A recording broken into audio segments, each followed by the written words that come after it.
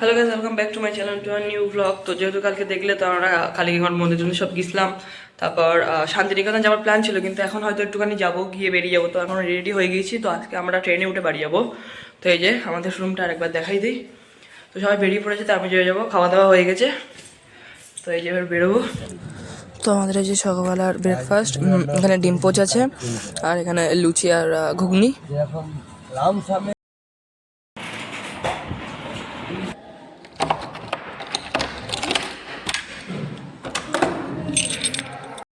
তো এই যে নেট পড়েছে, এবার খাওয়া দাওয়া সব হয়ে গেছে, এবার যাবো।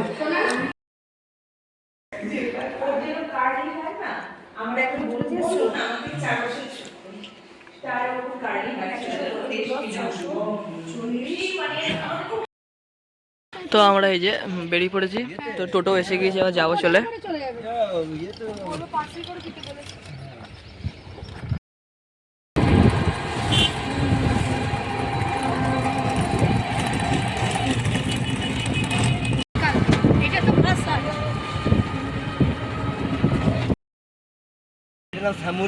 শ্যামলী, উদিচি, উদয়ন, পুনেশ্বর, ওটা কর্নার। এগুলো চুনসুরকির বাড়ি, এটা মাটির। আর এটা চুনসুরকির দুতলা বাড়ি। তাহলে নামতে হবে। এটা কি চুনসুরকির বাড়ি? হ্যাঁ, আপনার চুনসুরকির বাড়ি। এটা দেখার আছে, বাবুর অনেক মানে পড়াশোনা করে তো। রবীন্দ্রনাথ ঠাকুরের ছোটবেলা থেকে জুতো, লাঠি, ছাতা, পেন, পেন্সিল, নভেল, খেলনাপত্র সব ইউজ করে। হ্যাঁ, এই গেস্ট হাউস ডোনেশন করে গেছে, নাম দিয়েছে নন্দন গেস্ট হাউস। এখন যে বিশ্বভারতীর মধ্যে ভিআইপি আছে না, থাকার জন্য গেস্ট হাউস।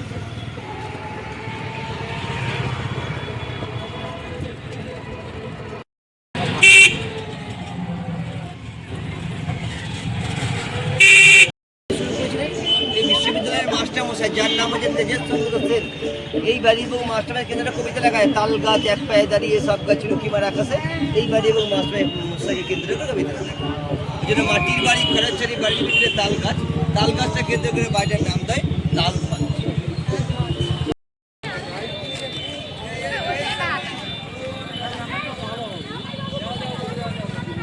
এটা অনেক জায়গা আছে। মন্দির, ব্রাহ্ম সমাজের ব্রহ্ম দীক্ষাটার নাম আছে বলে ব্রহ্ম মন্দির। তৃতীয় নাম হচ্ছে উপাসনা গৃহ। এই মন্দির তৈরি করা 1890-91 খ্রিস্টাব্দে তৈরি করে আশ্রম শুরু করেছিলেন। ওনারা থাকতে হবে, সেই জন্য এই বাড়িটা তৈরি করেন 1864-র মধ্যে। এবং এই বাড়িটা তৈরি করার পর এই বাড়িটাকেই নাম দিলেন শান্তিনিকেতন বাড়ি। এবং রবীন্দ্রনাথ ঠাকুর যখন ওনার বাবার কাছে প্রথম ছোট্ট বয়সে, বাল্যবয়সী জীবনে ওনার বাবার কাছে যেহেতু উনি মহারিষি ছিলেন, সেই রবীন্দ্রনাথ ঠাকুরের বাবা ওনাকে একটা নেমন্তন্ন করেছিলেন এখানে বেড়াত আসার জন্য। সেই নেমন্তন্ন পত্র সম্মান ডাকা যিনি কলকাতার জোড়াসাঁকো বাড়ি থেকে জলপথে রওনা হয়ে পালকির পথে যাচ্ছিলেন।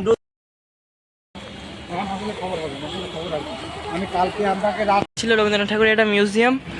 তো মিউজিয়ামের ভেতরে যেহেতু ভিডিও করতে দেয় না, সেটা দেখাতে পারিনি। তো বাইরে থেকে দেখো,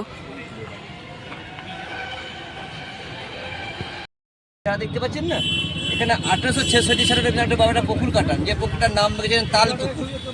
সেই তাল পুকুরের মাটি করে উঁচু করে বেদি তৈরি করা। এই বেদির মধ্যে বসে রবীন্দ্রনাথ ঠাকুরের বাবা ঈশ্বর বসনা করতেন।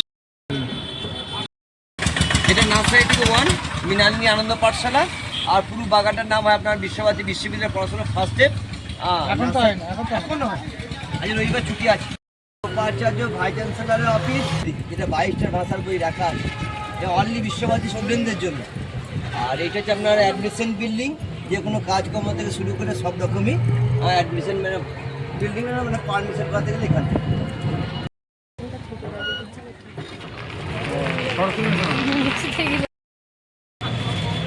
আর এইটা বিশ্বভারতী নিজস্ব কোঅপারেটিভ ব্যাংক।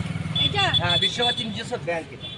হ্যাঁ, স্টুডেন্ট স্টাফ এই সবটা। হ্যাঁ, বিশ্বভারতী টোটাল প্রপার্টি হচ্ছে এটাও কি? হ্যাঁ, 3600 বিঘে 1200 কোটি জায়গা টোটাল জায়গা। আর রবীন্দ্রনাথ ঠাকুরের বাবার কেনা জায়গা 20 বিঘা, যেটা ছাতি। আর বাকিটা যে উপাচার্য ছিলেন প্রবীর কুমার বিদ্যুৎ চক্রবর্তী, উনি সব নষ্ট করেছিলেন। বিকালে খেলাধুলো করে সব ছেলেরা। এইরকম 22টা ডিপার্টমেন্টে 22টা মাঠ করা আছে। হ্যাঁ, এটা হাতির পুকুর।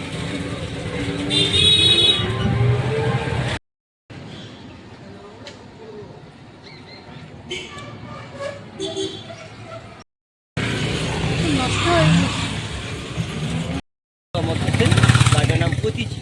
একদিকে লেখা আছে এটি সেন, ওনার বাবার নাম হচ্ছে আতুতোষ সেন, এর বাপ বেটার নামে মানে সংখ্যারা বসানো আছে। এই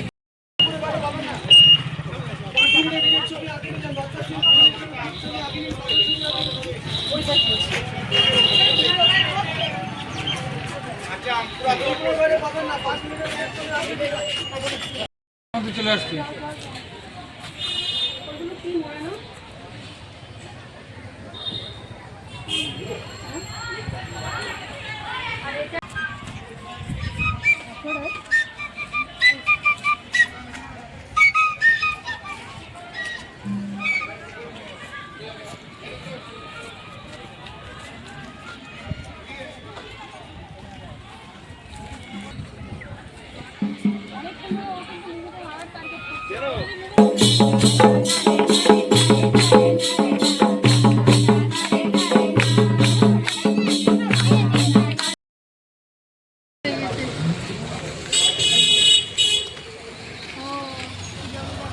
পুজো হয় হ্যাঁ দুর্গা পুজো। 10টায় টিকিট দিয়ে ঘোরা Guys, আমরা এই যে বোলপুর শান্তিনিকেতন স্টেশনে চলে এসেছি। তো যতটুকুনি মানে আজকের দিনে তো চলে যাচ্ছি, তো যতটুকুনি হচ্ছে সাইট সিন করা যায় তো সবই মোটামুটি আমরা কভার করে ফেলেছি। সবই তো দেখতে পেলে ভিডিওতে। তো এবার ট্রেন চলে এসছে আমাদের 12:30টার সময়। আমাদের 1:15 ট্রেন ছাড়বে। তো আমরা এখন সবাই চা খেতে এসেছি এখানে এই যে, আর ওখানে টোটো আছে আমাদের। তো চলো দেখতে থাকো, আমরা ট্রেনে উঠে তারপর আবার কন্টিনিউ করছি। তো এই যে চা, শান্তিনিকেতন স্টেশনে চলে এসেছি। টিকিট কাটা হয়ে গেছে। তো এবার ট্রেন ওই যে দাঁড়িয়ে আছে, ট্রেন দেখতে পাচ্ছ এখান থেকে, হয়তো এই যে দেখাই। তো ট্রেন দাঁড়িয়ে আছে। তো আমাদের 1:15 ট্রেন ছাড়বে। তো এবার যাবো ওইদিকে, চাটা খেয়ে চলে এসেছি আমরা। তো এখানে এবার যার ব্যাগটা পত্র নামিয়ে এবার যাব। তো চলো, তো আমরা এই যে ট্রেনে উঠে পড়েছি। তো গাইস আমরা এই যে ট্রেনে অনেকক্ষণই চলে এসেছি, প্রায় 1 ঘন্টা আছে। তো দুপুরবেলা কিছু খাওয়া দাওয়া হয়নি, তাই আমরা কিছু খাবার দাওয়া বানিয়েছিলাম, সেটা শ্যুট করা হয়নি। তো এই যে বাইরের দৃশ্যটা দেখো।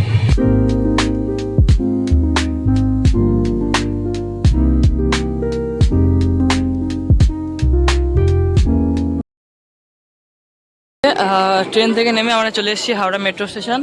তো এখান থেকে শিয়ালদা যাব মেট্রো করে, তারপর শিয়ালদা থেকে আবার ট্রেন ধরে হাসনাবাদ যাব। তো চলো, তো এখানে এই যে বাবা টিকিট কাউন্টারে দাঁড়িয়ে পড়েছে। তো বন্ধুরা, কালকে বাড়ি আছে, রাত্রেবেলা সবাই খুব ক্লান্ত ছিলাম, তো সেই জন্য আর কোনো ভিডিও করা হয়নি। তো রাত্রেবেলা সকালে শুয়ে পড়েছিলাম। তো 8টার দিকে বাড়ি এসেছিলাম, এসে তাদেরই খাওয়া দাওয়া করে শুয়ে পড়েছিলাম।